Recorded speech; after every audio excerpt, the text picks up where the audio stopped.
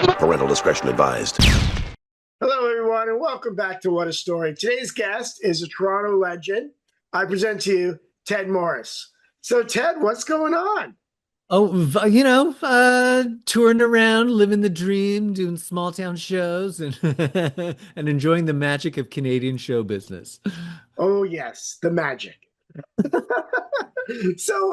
You're a comedian. Yes. What got you into comedy? I always loved performing, but then I moved overseas for high school and there was like no chance of doing it. And then when I was in vet school, one of my classmates was like, "Oh, I'm doing theater sports." So I dove into some improv, and that led to me diving into some sketch. And one of the guys I did sketch with did stand up one night, and I went and watched him, and he was awful. And I'm like, I could do that. I could be that bad. And then 3 months later, I debuted at Club 54 because I didn't know what Woo! mics were. Yes. Well, that's cool. And besides comedy, you also do drag, right? I do drag online with my drag mom, Wilma Fingerdew. We do drag race reviews at the Fingerdew Review. And when I'm not doing that, I still murder cats on the side as a veterinarian. Okay. I mean, honestly, because I've lost a few cats and it is heartbreaking. Yeah. But the veterinarians were extremely great. They were pleasant. They felt it. They treated my cats with love. Yeah. In their last days, it was my heart goes out to veterinarians. I apparently do a good death. So I was in high demand, which is one of the reasons I got a little burnt out and had to take some time away. Yeah, I can imagine. It's could be brutal. Yeah. It could be hard. So, Ted, you have a story. What's your story? Oh my God. My story is the first time I met my first boyfriend's parents, which is always an awkward time. And I was freshly out of the closet. This was the first guy I dated. He was like had a George Hamilton level of tan, like he was extremely brown. And he one night, I don't know how long we've been dating for, maybe like 2 or 3 months, and he's like, "Oh, I have something I need to tell you." And it was the late 90s, so I'm like, "Oh, he's gonna tell me he's got HIV." I was like, "Okay, I'll just brace myself for this." He's like, "No, my last name is not my real last name.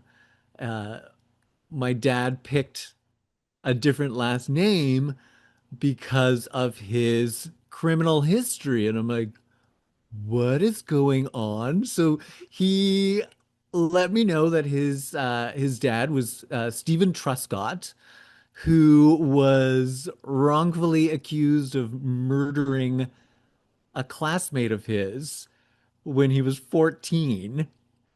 And so his dad went to jail for, he was actually sentenced to hang. He was one of the last people sentenced to hang in Canada, and then ended up just being in prison for 10 years.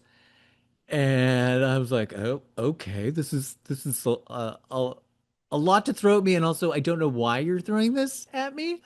And my boyfriend seemed to be quite upset that I was not familiar with his dad's case. I guess he thought he was a little more of a famous, wrongfully accused Canadian than he actually was. And so the first day I actually met his parents, because I'd kind of met his mom because my boyfriend lived in the basement of his parents' house, and so his mom would just every now and then like open the door to the basement and like throw stuff down for him. It was the weirdest relationship, or like throw down like an empty can of tuna for the dog to lick out. And she was just a shadowy figure I would see. She was a woman I never didn't see her in a nightie, just like Okay. reclining on the couch. It was that kind of family. So the night I actually met her, she was like, "Okay, so you know about Steven's case." I'm like, "Yeah, yeah, I know about the case." And she's like, "And you're in vet school, right? I was like, yeah, I'm learning how to be a vet. And she's like, so you know medical stuff, right? And I'm like, well, I know like animal stuff, but I'm still learning about it. And then she proceeds to pull out a bunch of coroner's pictures from the crime scene of this poor girl who was murdered and starts going through them with me to ask me my opinion and be like, well, and like bring up stuff from the case. And we're like, well, we think, this thing with the bugs doesn't make any sense. And it's awkward enough for me to meet my first boyfriend's parents for the first time, but now I'm being asked my opinion on like, oh, okay, yeah, this is totally fine. Yeah, let's look at this strangled and raped 14-year-old. Yeah, and let's all pretend that this is completely normal.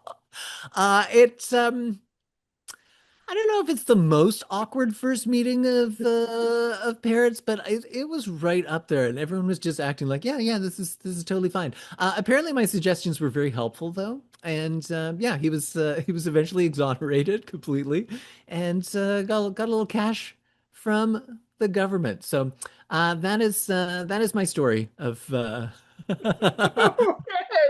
the first time That I met my boyfriend's parents. that was an experience that, I mean, it has to be a story. You Yeah. have to share that story. That's an experience. I've like, yeah, I've never looked at coroner's pictures before, but I'm like, oh, I don't really know how I'm supposed to react in this scenario, but okay, I just went along for the ride. All right. Well, thank you for that story. And if anybody wants to find you on the internet, what are your social medias? At Dr. Ted Morris, I'm old school. I got a website as well at drtedmorriscomedy.com. And yeah, drop me a line, say hi, poke around. All right. Well, thank you, Ted, for sharing. And I will see you when I come to Toronto again. Sounds good. All right. Talk to you later. I am sick and tired of the stupid names you people are giving your goddamn pets. I am done. If I meet one more black and white cat named Oreo, they're like, his name is Oreo. I'm like, I know. They're like, it's because he's black and white. I'm like, yeah, I guess. We've got 1,000 Oreos that come here. Try harder. If your cat's name is Kitty, give it back. Get a plant. What's wrong with you? It's insulting. And now the thing that's really driving me nuts is like celebrity pun names. That's a new thing. People think they're being all funny. We've got a bunch of Siamese cats named Chairman Meow. Which is kind of racist. Yes, me. And only slightly better than calling your cat Kittler.